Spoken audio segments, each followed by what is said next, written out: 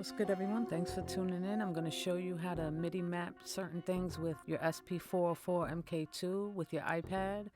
Right now I got Koala opened up, and I want to give a shout out to Flunko on YouTube, username Flunko, for asking the question, what about using it as a MIDI controller?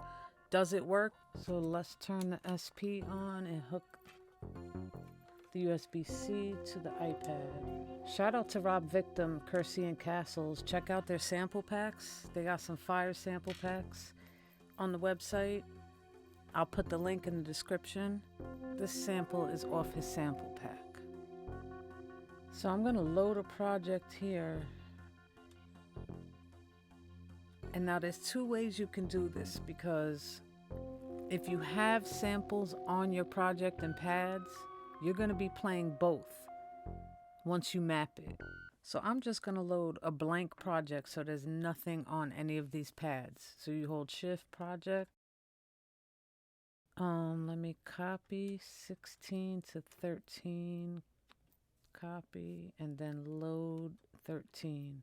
Let's go into settings. But you can see I have no sounds on the SP. So it's just a blank project.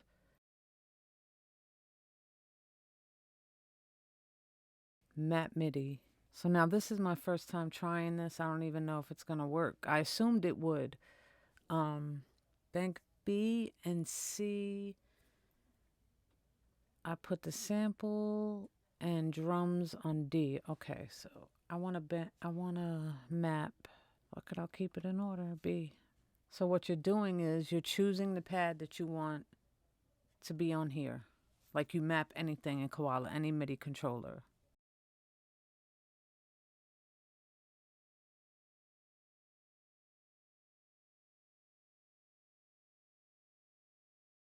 So now this bank is mapped to these pads and this bank.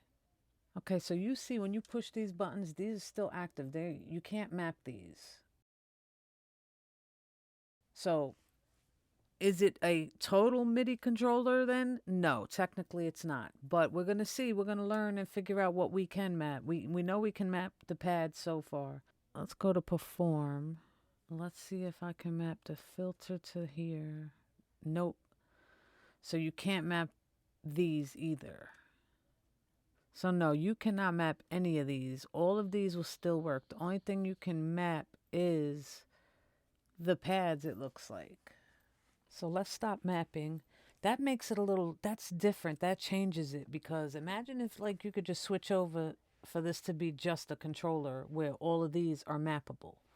It still can be a dope combination though, because, and I'll show you why in a minute. Let's just go through these pads. So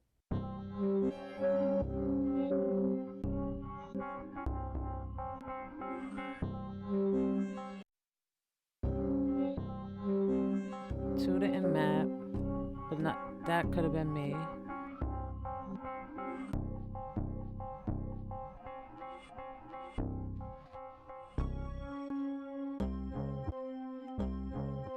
So the dope thing about this is if you wanted to just, you didn't want to hit the pads on the iPad and you got your Roland with you and you just plug it in, this can be a controller for pads only.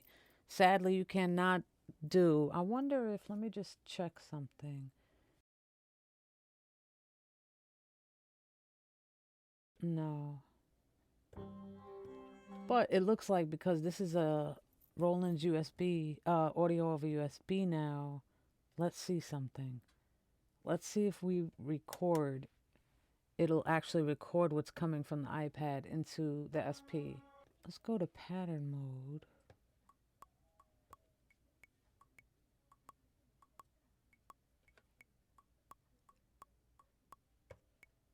Nope.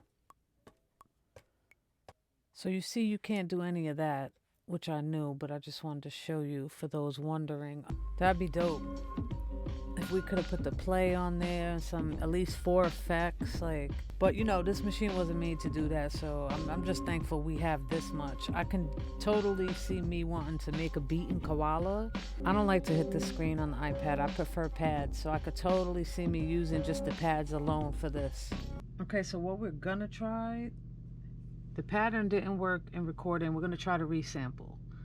So You see this bank is controlling these pads. I'm gonna hit resample. I'm gonna go to A, and I'm gonna hit this pad. Press pad to start. And I'm gonna go back to A and see if it records in.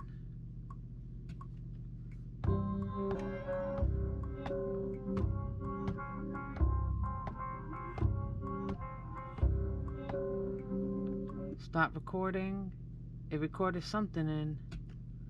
Let's take the gate off.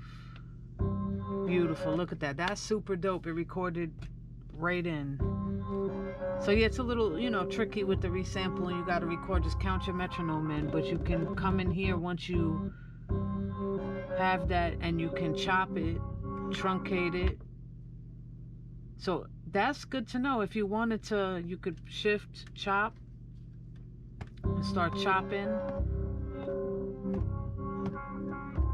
So it's simple to just bring your files back and forth, your waves, your samples. This is a dope workflow. And okay, it doesn't control here, but you know what? I can live with this. And same thing for Beatmaker 3. Beatmaker 3, none of these are going to be mappable. So it's going to be the same thing with Beatmaker 3. And I'll drop another video if you're not sure how to map everything in there, but I will definitely drop that video for you. So that's good to know. So it has its limitations, but overall, it's usable.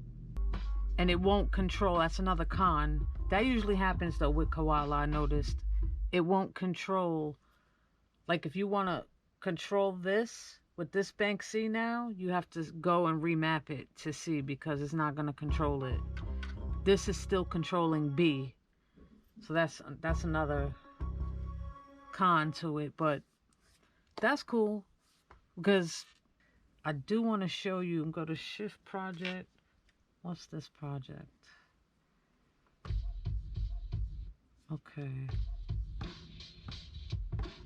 So if you do have sounds on your SP, I have this all these banks loaded, and you come in here to control this. Let's just say I map these to this bank that already has sounds on it. You're going to get a layer. So now if you want to get creative and want to do some layer work with some drums or something, that could be a pretty dope combination. So watch what happens when we hit a pad.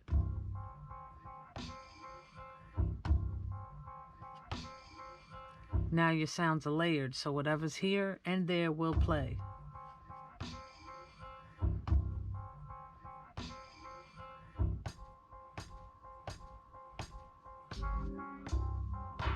So you could have some fun with that.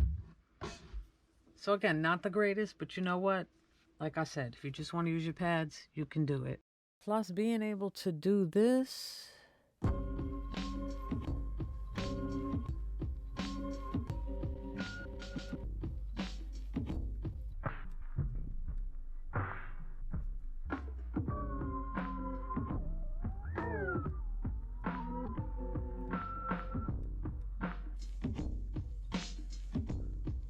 Insert effects could turn your track into a whole different thing. This makes it way more fun.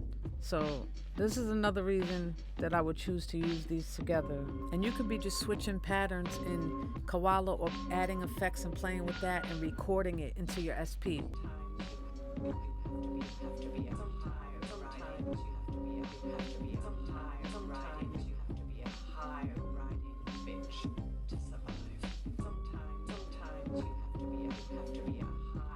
And there's a lot of different ways you could use these two together to have fun. So, hope this was helpful. Thanks for tuning in. Peace.